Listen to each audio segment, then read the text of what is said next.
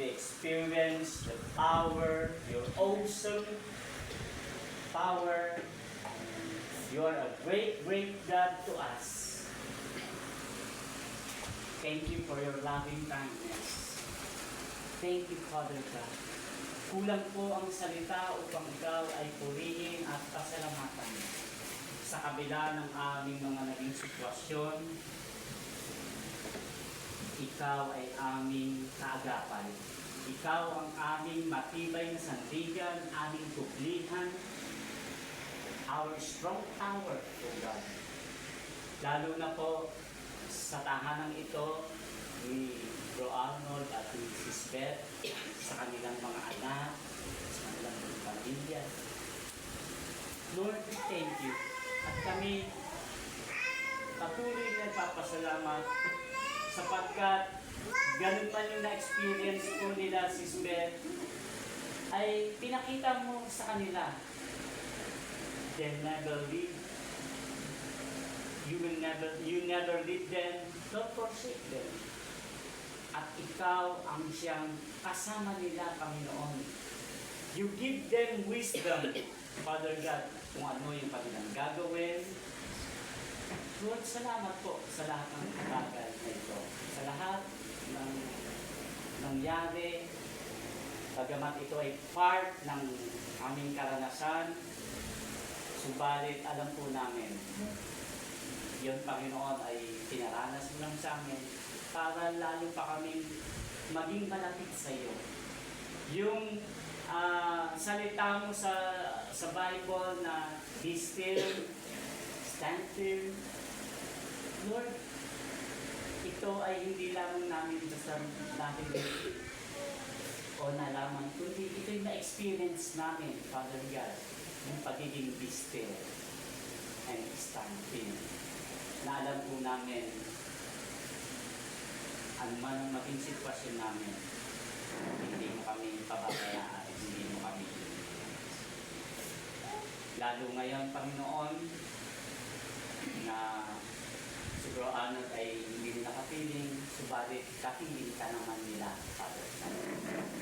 Salamat po ng marami, Panginoon, maging sa buhay po ni Adi, na ikaw ang siyang patuloy nagbibigay ng lakas sa kanila. Lord, thankful po kami. Merong anak si Bro Arnold at si Sis Beth na very talagang napakabait, responsabling anak, Panginoon. Lord, thank you sa buhay po. Continue to bless him, guide him, protect him, and give him strength, O God. At ihayaan ng Panginoon na ilagay mo sa puso niya lahat ng pagpapagal niya para sa pamilya niya, mga kapatid, magulang. It will never be in vain, O God. And you will bless him. Salamat po, aming Ama. Bagamat si Bro Arnold ay naroon pa sa kanyang trabaho, ay ikaw rin ang mag-iingat at magliligtas sa kanya hanggang siya'y muling makabalik sa kanyang pamilya. And you will bless the works of His hands, Father God. Salamat po, amin. And we pray, Father God, for the immediate recovery, Panginoon, sa physical na katawan ni Alisa, even sa bawat member ng kanilang pamilya sa tahanan nito. Lord, we ask for the healing, O God, in Jesus Christ's name. Because you're our great physician, you're our great healer, O God. Touch the body of Alisa, Father God.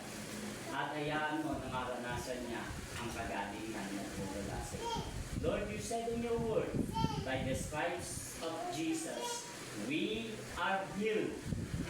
We are healed. And we claim it, O God, na si Alisa at ang bawat miyembro ng pamilya ay patuloy mo ng tinagal.